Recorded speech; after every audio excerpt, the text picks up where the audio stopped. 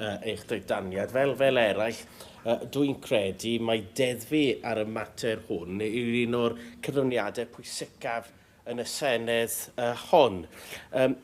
A mae'n dda gweld rhyw fath o gydweithio rhwng y Llywodraeth fan hyn a Llywodraeth San Steffan. Dwi'n credu allwn ni gyd gytuno bod bydd y mwy eto yn dda iawn. Nawr, dwi'n croesawu'r cynnydd ariannol a'r cynllun gradon. Allwch chi gadarnhau faint o'r 80 miliwn a fydd yn cael ei wario yn y flwyddyn 2026-27.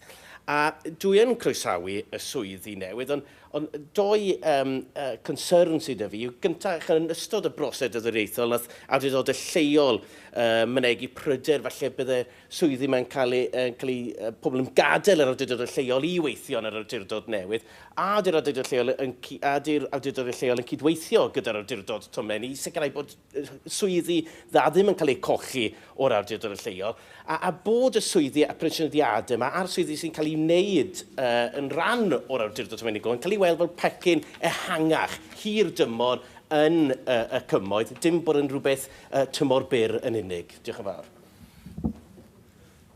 Thank you so much for that. And again, thank you for support for this. And I think